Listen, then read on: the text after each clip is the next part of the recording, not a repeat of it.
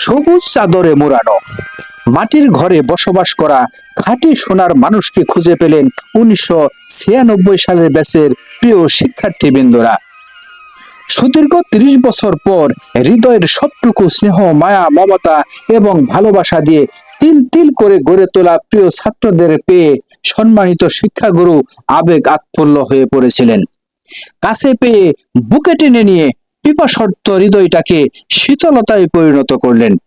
প্রিয় ছাত্র শিক্ষাগুরু এই বিদায়ী সংবর্ধনা প্রাথমিক মিলন মেলা দেখে গাজীপুর রাষ্ট্র নিউজ পরিবার তাদেরকে জানায় আন্তরিক শুভেচ্ছা এবং অভিনন্দন। বাংলার প্রতিটি ঘরে ঘরে যদি এমন ছাত্র আর শিক্ষাগুরু থাকতো, তাহলে সত্যি এ বাংলা আবারও সোনার বাংলায় পরিণত হতো। ভবিষ্যৎ প্রজন্মের শিক্ষা নেওয়ার জন্য এটা এক উজ্জ্বল দৃষ্টান্ত হয়ে থাকবে। আরো বিস্তারিত জানতে পরবর্তী ভিডিও দেখতে আমাদের সাথেই থাকুন। ভালো থাকুন, সুস্থ থাকুন এবং সুন্দর থাকুন।